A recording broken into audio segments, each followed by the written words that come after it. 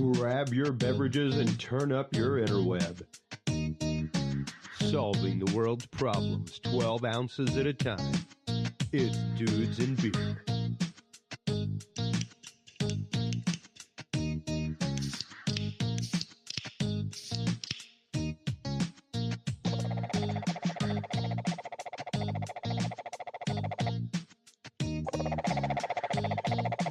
Hello, everybody.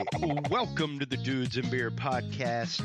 Episode 216 is what you are tuning into right now. I am Chris Jordan, your host, and the sound you are hearing is the enchanting call of Bufo Marinus, the cane toad, as also known across the globe. Tonight, we will be talking about the world of the psychonaut, hallucinogenic substances, and particularly the Bufo toad, Bufo alvarez, as well as Bufo marinus, which has been causing crazy poisonings all over the United States. But before we get in with our guest, Byron Burkhammer, make sure to go by audibletrial.com/dudes. If you're a fan of reading like me and just don't have time to turn a page anymore, too much of a busy life, too much time on the road, audiobooks are a great way to do it, folks. And Audible is a great place. They have fantastic choices, awesome categories. You get 2 free books whenever you sign up. And with the Audible trial, you will get 30 free days. So go by audibletrial.com/dudes to get your 30-day free trial of Amazon's Audible today. Byron is joining us this evening. He is our psychoactive correspondent. He works at Ibogaine's or Beginnings Ibogaine Clinic, doing Ibogaine flood doses for people for addiction. Welcome once again, Byron. How are you today? I'm doing well, Christopher. How about yourself? Doing all right, man. Doing all right. Byron, we were actually supposed to record this a few days ago, and Byron had a little bit of a hiccup in life. And I understand that you actually have a message for our audience, Byron. I want to go ahead and give you a chance to unabridgedly give whatever message you would like to our audience today. Well, I just want to tell you, I had an encounter with facing my own mortality. I'm actually recording this from a hospital bed. I encountered some heart problems. Apparently, I'm genetically predisposed to having heart issues, and was not aware of this. But when you're faced in a situation like this, and you have to face your own mortality, and they're doing emergency procedures to keep you going, you really start to value things more intensely. It's almost a psychedelic experience unto itself, really. You start to see things. They say your life passes before your eyes when you are passing away. Well, it's the same thing when you have a close call. And you just start to appreciate what's around you, your life, your existence, your friends. And I just want to tell everybody you need to really pay attention to those things and encounter and be happy in the moment. That's the point of all of this, to be happy in the moment. Do what you can to grow spiritually, but be happy in the moment. At this moment right now you're experiencing, and you need to savor it. You need to enjoy it. You need to, it might hurt even, get the most out of it. See it for what it is. And that's just basically all I had to say on that. Well, thank you so much for that, Byron. Because it is true. We oftentimes get way too caught up in the hustle and bustle of life, the hurry up of the world around us, and we do lose track of taking time to appreciate things, taking time to really sit back and think. Thank you so much. I know we've been chatting back and forth the last few days as things have been going on, and as someone who comes from a family with heart conditions on both sides, It's something that I talk with my doctor about regularly. Like, when are we going to start doing physicals, doc? When, when, Right. like, I work and I push and I do things all the time, but at the same time, we have to take time away. We have to learn to slow down, to gear down, and to really focus on what's around us and appreciate what we have. So Absolutely, Chris. thank you so much for sharing that personal message with our audience. You are one of the guests that My I pleasure. absolutely My pleasure. love having on this show, because you have such a deep understanding, not only of the topic, but of life also, and of the way that there is a whole different spiritual realm around us if we are willing to open ourselves to it. If we're willing to do it, there sure is. Well, let's get a little bit into this topic, because I know whenever I contacted you, you were very excited about doing an episode on Bufus. It's one of my favorite medicines. Really? Well, yes, it is. Yes, it is. Explain to the audience a little bit about the Bufus toad to begin with. Just the family of toad. There are a couple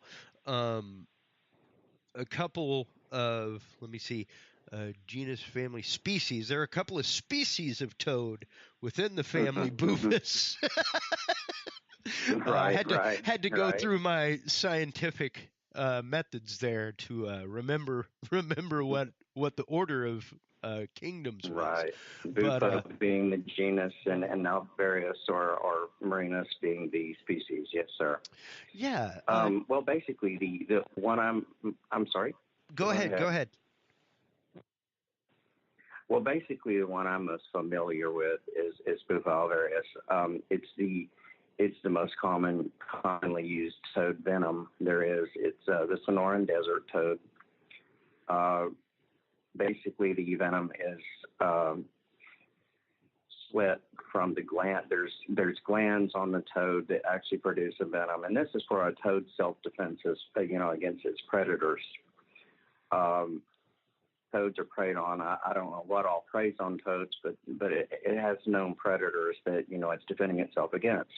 Well, to these predators, it's going to be a very potent poison, and it gives them enough time to get away. They secrete this. Their glands. People squeeze these toads. People sweat toads. They'll tie them to a tree, and certain toads, and even certain other frogs in the Amazon. They'll basically pin them to a tree or tie them to a tree, and it's called sweating the toad. And they'll, extract the venom that way. They'll scrape it. Some of these are used in what's called combo, some people call it. That's a different type of medicine. But the Bufo alvarius, it's used for the bufetronine, which is the active, or it's one of the substances in there. It's basically DMT, dimethyltryptamine, is derived from this venom. Mm-hmm. And that's what people are really looking for, is the dimethyltryptamine.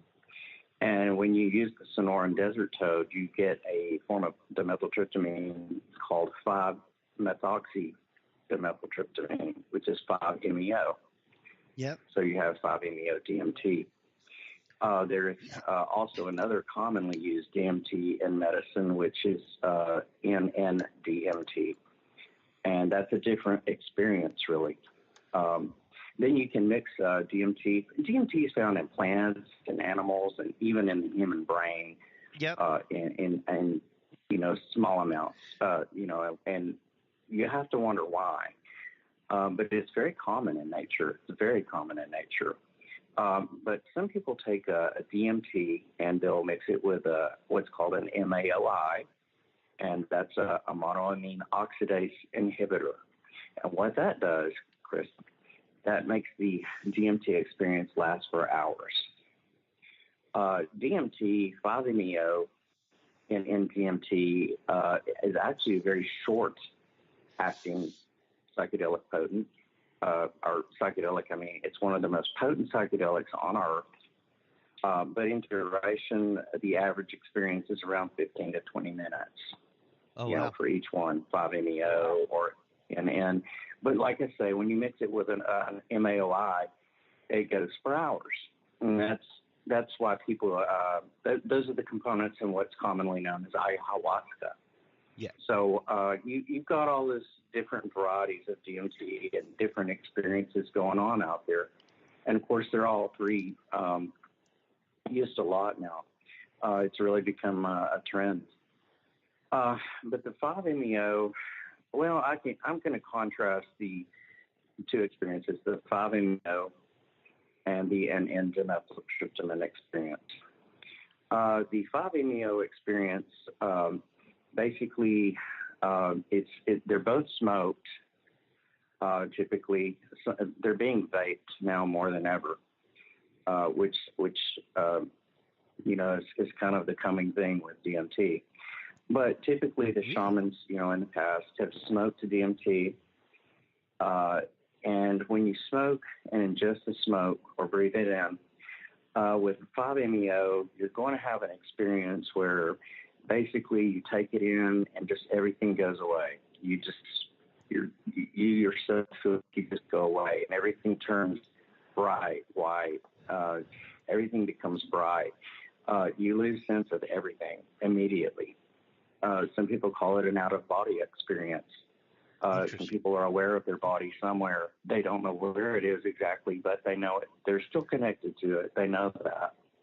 But, you know, it's just less of a conscious thing. You know, they'll feel their body occasionally, and then most of the time you don't. And then, you know, as the experience builds to its peak, you're not even aware of that.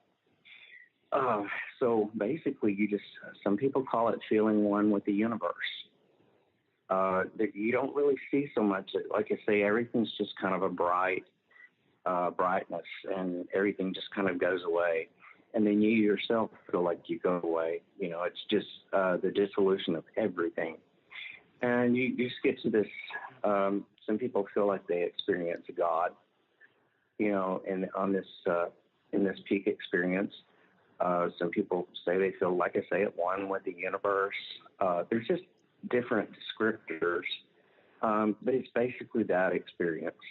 And then as the peak builds, you know, and you hit that peak, you're just floating, you know, just floating in this feeling. And then you come down slowly over the next few minutes. You start to come down, and you start to be aware again. Oh, yeah, I have a body out there somewhere. And you actually become aware of the I again. It's like the ego goes away. So you become aware of the I, you know, that you are again. And that's why people feel like, you know, they touch their soul in these experiences. And having experienced this several times in my life, I have felt that way. And it's just truly an amazing feeling. You might come back to a lot of emotions, the trauma that's built up over time that you haven't dealt with, or trauma that you, you know, have just suppressed so far. And, you know, you just have all kinds of different experiences. Some people feel just elated the whole time. And that's some of the experiences I've had. I felt elated the whole time. Some I've had where I felt pain, you know, just raw pain. Wow. And I'm not talking about in my body, because I'm not even aware of my body. I'm talking about just in the eye. You know, when I can grip the eye again, I start to feel, oh, there's pain in me. You know, so it can go both ways. I have literally broken down in tears and cried the entire time. I have literally laughed the entire time, or just sat there with a smile on my face, they say. So it can be different experiences. Now, the NN-DMT is a different type of experience in that everything becomes very visual. It's like you've heard probably LSD described, or, you know, even some psilocybin experience. And we have just lost Byron there. Let me see if we can reconnect. It's very interesting to actually get a chance to talk to people like Byron who have experienced these things multiple times in their life. Who Hello? have, hey, there he is. Yeah. Byron? I don't know. I heard a little tone and then we were disconnected. Interesting. But I'll just kind of continue with the Go ahead. MGMT experience. So basically, it's very visual. There's a lot of colors or geometric patterns. What people like to do in this experience, they like to do what's called breaking through. And I'll describe that this way. You breathe, inhale the smoke. It's also smoke, just like the 5-MeO. You breathe in the smoke. Then all of a sudden you start to see these visuals. The colors are bright. Colors, some people describe colors they've never seen. Geometric patterns, everything everywhere you look, every surface is covered with geometry. Every surface is covered with every surface is covered with colors. So this builds and builds and builds. And then what people like to do is they like to do what's called breaking through in this experience. And what that is, okay, you take some more of it in. You breathe another, breath of it, or, you breathe in more of the smoke. And you begin to go into that place where you lose that ego again. You lose that part of the I. And you begin to transcend. Some people call it very transcendent, a very transcendent feeling. You begin to kind of, move beyond the space you were in, and you start to feel that at one with the universe feeling. Then, if people are able, now sometimes fear will come into this. Some people have to coax themselves a little bit to take some more in, but that's what's called breaking through. When they do it, they take a little bit more in, and people describe it or call it commonly DMT land. And it's just a place where there's people encounter entities of various types. Some people call them aliens. Things are talking to you. And it's really just a place beyond description, a place you've never been, but you feel all of a sudden you're at home. Hard to describe, I know. And it's hard to say, it feels like you've been there forever or it's your home. But that's the way it feels. That's the way it honestly feels. It's like you feel like you've gone home. And a lot of people associate this experience with the dying experience. A lot of people associate the 5-MeO experience with a dying experience. They feel like a lot of people say it's like physical death, or it's what dying feels like. Yeah, it's a being reborn. That way. Right, and that's the way you feel, on both experiences. That's the way you feel at the end of the DMT experience with 5-MeO, or at the end of the NN experience. You feel like you've been reborn. You feel like you've gone to a place and touched your soul and touched the soul of God, the universe, whatever your belief system is. You feel like you've done the ultimate, so to speak. So that's as richly as I can describe and contrast both of those experiences. Now, the ayahuasca experience is most like the DMT experience, but the difference being that it can go on, or it does go on for hours, because you've introduced the MAOI, or the monoamine oxidase inhibitor, to it. Yeah. So it's increased the potency of the whole thing. And this experience, like I say, lasts typically, sometimes the ayahuasca experience can last for 12 hours. Just one moment, Chris. Yeah, go ahead. And just so everybody's clear, on dudesandbeer.com/knowledge vault, if you go to the scientific studies, I have actually attached a document that is all about bufotoxin, which is the toxin of the Bufo toads.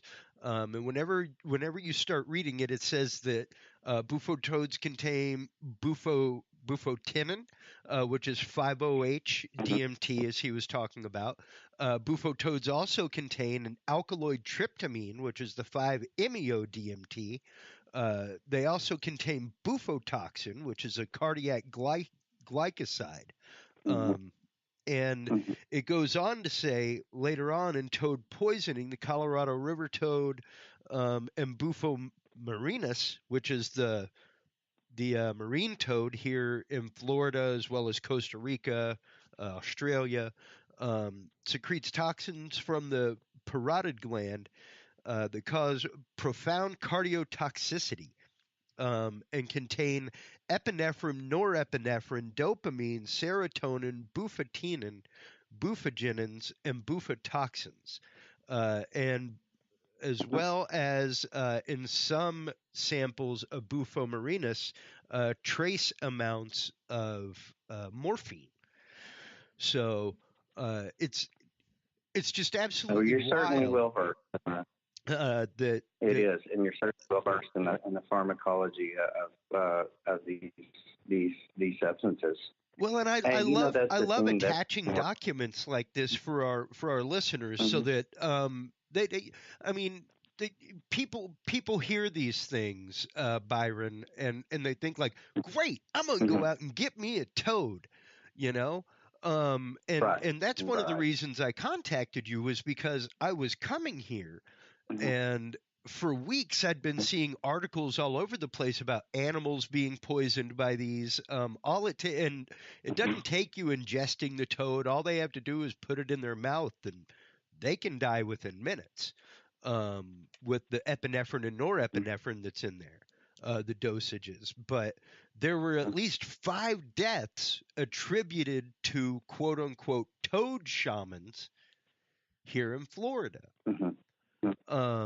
And that's what you have to be careful with, folks. And that's why I entitled this episode "The World of the Psychonaut," because the psychonaut is somebody who uses these substances in an attempt to, like you were saying a while ago, break through, to reach a different plane of understanding and existence. But there are dangers involved with that. There are true dangers involved with that, especially if you aren't dealing with people with years and years of training, understanding the dosages to the human body, even going to an ayahuasca experience is dangerous. If you're just going to somebody that's boiling some stuff up in a pot in their backyard. Right. And you just hit the nail on the head. The thing is you taking the substance in, you need to be very careful. Where is this coming from? Who is giving this to me? How am I going to conduct myself in a ceremony with it? How are they going to conduct themselves in a ceremony with it? And you just named off a ton of psychoactive compounds, in these in there.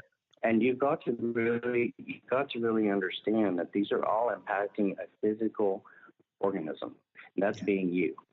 And when you understand that, there's certain things that your body's able to take, there's certain things your body's not able to withstand, and they may be natural. That's all well and good.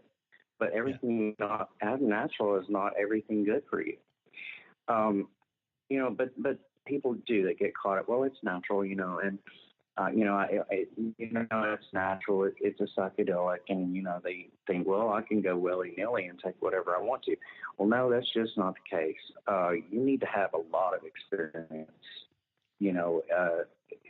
At least with how you take a substance in, how you metabolize a substance, what are you taking in.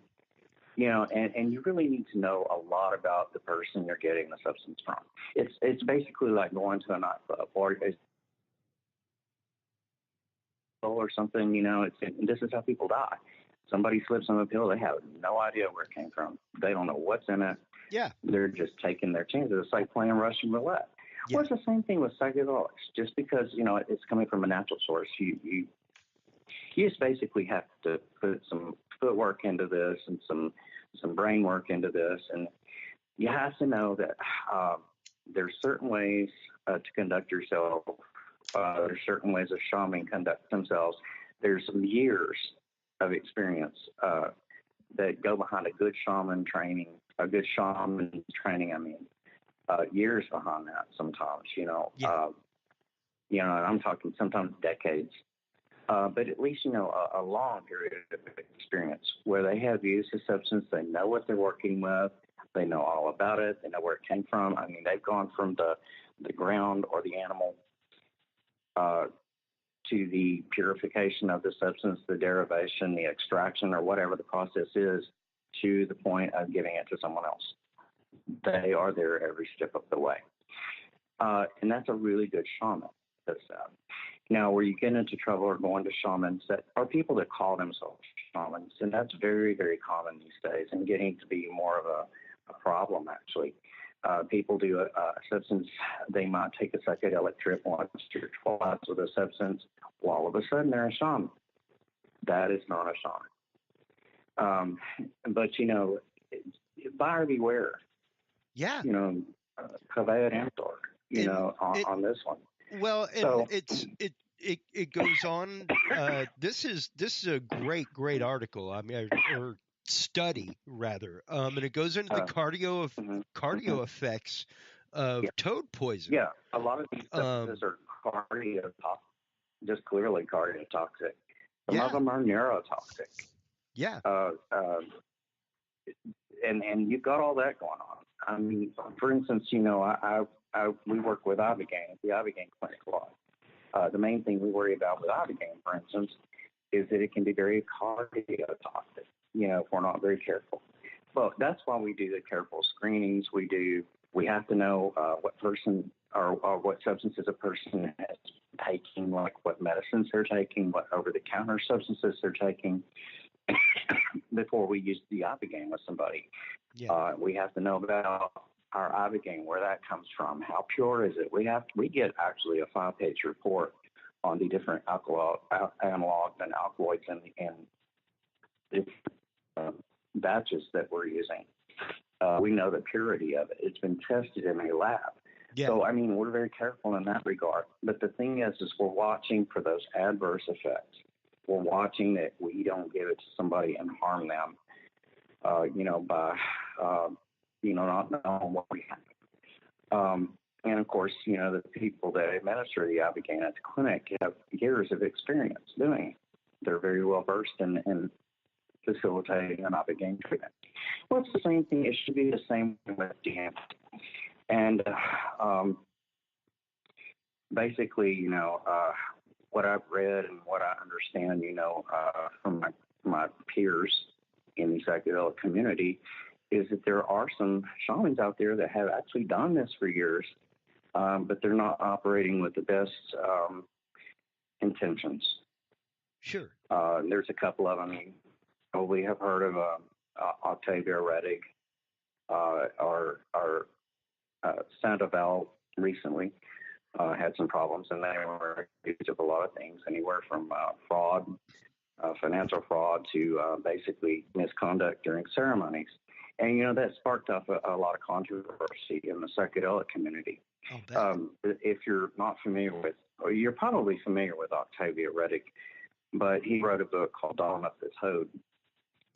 And I do want to recommend a good book a few minutes ago, and I forgot to do it, called Tryptamine Palace. I think that's a must-read for anybody that's interested in psychedelics. It's called Tryptamine Palace. I will add that to the Dudes and Beer bookstore. Yeah, Tryptamin. But this gentleman wrote, Octavia Rettig wrote Dawn of the Toad, and that's about the Bufo experience.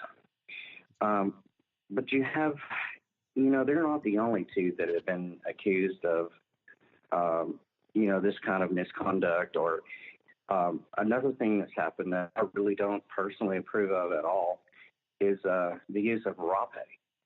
Rapé during a ceremony, I do never think is a good thing.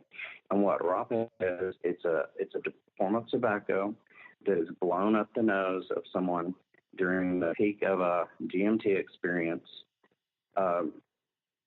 to intensify. Well, you're mixing like a chemical with another chemical, basically. Yeah, it's a rape snuff is what it is. Yeah. It's what it is. You're forcefully blowing this up somebody else's nose. Yeah. Or the shaman is blowing it up somebody else's nose. Now, I have no problem. I have no problem with rape snuff being used in its own ceremony by itself.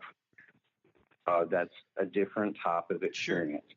But when you start doing this without someone's consent, when a shaman or supposed shaman does this in a peak experience where somebody's really helpless, in the peak DMT experience, and they without someone's consent blow this up their nose, to me that's malpractice. A doctor would be sued. Yeah. And that's just exactly the way I see it. And people disagree with me on that, but not many, I don't think. Well, but that's where you have the death and the problems with that. Or forcing water on them, forcing them to take in water that they can't, their reflexes are gone. They can't take the water in. They end up aspirating, what's called aspirating. Or, sometimes they just lay face down and they're breathing more. We have to conduct these ceremonies with a lot of careful thought and a lot of careful experience, and you have to conduct them almost like you're conducting an operating theater. You have to really pay attention to what's going on because you've got somebody's life in your hands. And they go into a state where they're not able to help themselves. If they can't help themselves, you need to help them. You need to be ready to get some help. And, when you have all these experiences going on and you don't have a lot of experience behind it, you end up with people dying and some back, honestly. So that's why we're reading a lot about these poisonings. And, of course, another part of it is people that, frankly, don't know how to prepare it, and they shouldn't be preparing it. So, it all goes down to that. Experience matters in the world of psychedelics. And not just that, it's like you said, preparation. It's putting yourself in the right environment. I have never understood the concept of psychedelics and partying. I'm not going to say that I haven't experienced it, but it was not the most enjoyable experience for me. To me,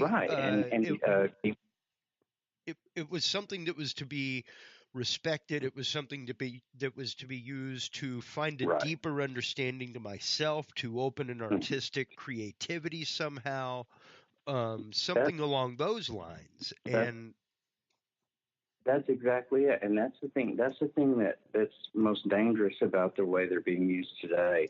For thousands of years, Chris, people have used these substances for exactly those reasons you just pointed out, for a spiritual enrichment, or, to enhance creativity, or to hunt longer, even in some cases. Yeah. But the thing is they were using them for, a purpose. And they had a lot of thought going into this, a lot of preparation, like you said. And what's not happening in today's culture, especially in this country, now it's just really worldwide, is you have a lot of people, oh, hey, I'd like to try it, and they're not thinking much about it. It's just going to be for one night. And they go to a club and they take one of the most potent psychedelics on earth and they dance, or they're doing, something else, and pretty soon they're gone. Yeah. They're just gone. It's because there's no careful thought about it. There's no preparation at all, of course. But that's the problem. This culture's not using it for the same reasons our ancestors did. Well, and our ancestors handled these substances responsibly for years, thousands of years. Well, and that was actually just proven. I just posted an article yesterday and tagged you in it, where National Geographic posted, what was it, like a 1,500-year-old shaman's pouch, something like that had that had psychedelic substances in it. These cultures have been using these medicines Yes. No, for years. yes. They aren't drugs. Drugs are And they made in the revered them. lab, folks. They were right, They right. they were These are using these medicines. pure substances from the Mm-hmm. earth to achieve another level, to help people along a spiritual Mm-hmm. path. What people forget about ayahuasca, even stuff like peyote, um, Mm-hmm. and even mushrooms in many cultures. It was the Mm-hmm. fact that you went on a not just a spiritual fast, but a fast before you did that. Mm-hmm. It was Right, like right. And that, peyote was part of the vision quest, and you were put in a hole by yourself with no food, no water while that happened, um, with somebody sitting nearby. But aside from that, like you were on your own.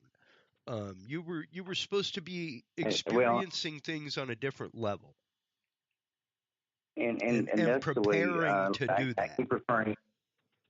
I keep referring to the Ibogaine clinic, but that's another thing that we like to encourage when someone uses Ibogaine, um, because it's been used for thousands of years as well. It's another, and I want to just point out that we put a lot of intention into this, and we actively encourage people to put an intention behind this.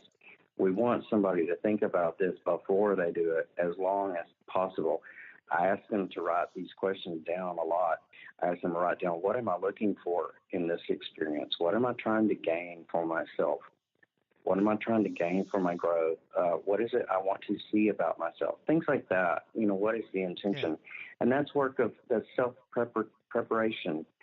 But one thing you were just talking about when you said we don't call these things drugs, we don't. Another term we love to use in the psychedelic community, those of us that do this a lot, or work with it a lot, and work with people that are experiencing this a lot, we call them entheogens. And what the word entheogen does, it differentiates these substances. It differentiates. I'm sorry, these substances from the drug culture. Yeah. Drugs are drugs. They're made in the lab, like you said. These substances are naturally derived. They've got a history behind them. They've been used for thousands of years. Yeah. So we call these entheogens. Prime example, coca leaves have been chewed by the people of South America for years to be able to climb into the Andes and live and hunt and everything else. You grind it up and mix it with some toluene and all kinds of stuff. You end up with cocaine. That's a process form. Yeah, and that's really been only in the recent, say, couple hundred years that's been going on. The mixing of the refining of the coca leaves like that absolutely. to make cocaine. But the coca leaves on their own, tea has been made for thousands of years. They've been chewed for thousands of years, and people have felt, their lives have been enhanced in many different ways. And they're really not getting the same experience as the person using cocaine. Oh, absolutely. And blowing out their hearts, But the thing is you hit a nail on the head a minute ago, too, when you used the word reverence. To revere something is to hold it in a special place. And when you hold these substances, and I'm not saying you worship it or anything like that, I don't mean it that way. But when you hold something in a special place, you're giving a lot of respect to it. You respect what you're working with. You respect yourself, but you respect what you're working with. And how you're going to use it, and the time that goes into preparing for it, the time that will go into that. You respect all of this, and you have a healthy, reverence for it. So that's just something we're missing too in a lot of the current psychedelic realms, if you want to call them that, is the lack of reverence. There's no reverence at all, and that's where you find a lot of the mishaps and the death that have been happening, the poisonings. There's no experience, there's no reverence, there's no preparation, there's just nothing going into these experiences. And so they don't turn out to be good experiences in the end. That's just basically the bottom line. Yeah, but we're going to see that more and more, as these substances are more readily available. When somebody can go online and just pretty much order anything they want to and get it from wherever, this is going to become a growing trend. We're going to see more of them. What's going to happen in the end, Chris, is what I feel anyway. What's going to happen in the end is that, somebody's going to keep watching this. Somebody's going to keep watching this. And eventually they're going to shut the whole thing down for everybody. Yeah. And, they might stop access to all of it for everyone. And, that's not a good thing. It's kind of like with the opioid crisis. We had people in pain and they were helped beautifully by opioids. People dying of cancer for years have gotten tremendous relief from opium preparations, morphine, codeine. And then, all of a sudden it gets out of hand. People lose the respect for it. It's become driven by, to make money, the desire to possess the dollar more than anything else. And they're overprescribed. And then you have people dying right and left because, there's just no thought that goes into it anymore. And the thing is somebody's watching this, and then all of a sudden they lower the hammer and they make it unavailable for anyone. To the point now that you have chronic pain patients that were once helped by these things now being cut off their doctors and committing suicide because they've lost their quality of life. Yeah. It's like one person that had a lot of fun ruined it for everyone else. That's exactly the same thing that I see coming in the psychedelic community. There's going to be a few people out there that don't know how to handle what they're working with. And, they're going to affect it where, it affects everyone. Well, so that's the case in so many issues of society worldwide. All it takes is one bad apple.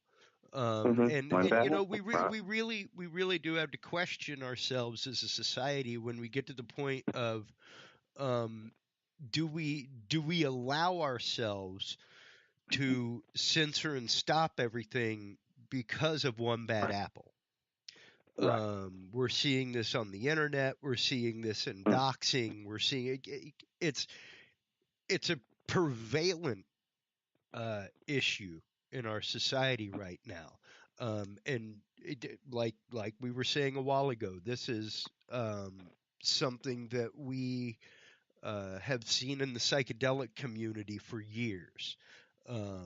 That has just started to really take root in modern society, where people are using things that were supposed to be for something good to do just bad stuff, irresponsible things.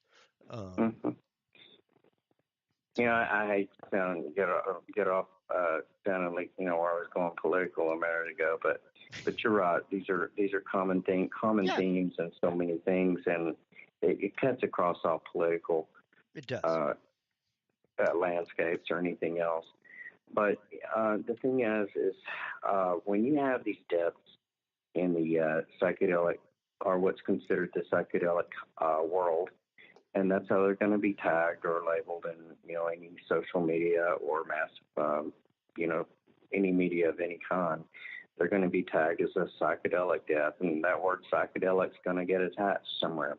Yep. And rightfully so if it's a substance psychedelic they're working with. But that word psychedelic is going to take on a demonic tint and demonic connotations as opposed to a spiritually helpful connotation, So that's just the growing problem I see. I just don't see any other way around it unless there's more education like we're doing today. Well, here is the interesting part, though, because the last time you were on, we were talking about, of course, the new nasal ketamine that came out. Right. And the fact is that was demonized years ago, back in the rave scene when Special K hit the scene, and people were breaking into vet clinics all over the country, just like they were breaking into pharmacies to steal ephedrine. To cook crank, they were stealing ketamine to make Special K. So both of those things got locked down, and it was at the same time that oxycodone got locked down and all that kind of stuff. And the sad part about it, Chris, is that it took years for us to start doing the research we should have done 20 years ago or 30 years ago. Exactly. And that's a prime example. It took 20 years for that to be seen as something viable again. And right now there's a great measure. I'm trying to get the people on from Denver to try and get mushrooms decriminalized. So that more research can be done with that. And yeah, it's amazing to see how these quote restricted substances seen as horrible, can actually do great help when used properly, when dosed properly. Right. And that's it. That's it. You know, we just have to go that direction and you know, gather intelligence in that way. Yeah. But yeah, these things are going to continue. I mean, the machinery's been set in motion. There's no doubt about that. We just have to make adjustments along the way. There are some pluses, like, hey, I was just prescribed CBD by my doctor. Like, she just put it on her recommendations that I should use it. Right. And I was like, that's awesome. Good. Yeah. Doctors are starting to see this stuff. They're starting to see that it helps. And it's great. So, and speaking of doctors and wanting to help, things like that, we should really let you go so that your doctors can come help. Well, listen, Chris, I'll tell you what, I could talk about these things all day long. I truly enjoy the subject of psychedelia, and you know what aspects of ourselves can be helped with these things, and you know how it can really benefit humanity. But I hope, you know, today I know that we've hit on some pretty heavy stuff. Yeah. But I hope that we've educated somewhere, that we've told somebody something they didn't know. That's my goal in doing these shows with you, is not only to have a good time with you. Yeah. You know, I enjoy this. I hope our audience enjoys this, but to educate and just to let somebody learn something today they did not know. And hopefully, you know, now they'll know how to be more responsible with these substances. They'll know that, you know, you should prepare. You should know where they're coming from. You should know about the people you're working with as shamans, you know, how to conduct yourself and what you want out of it.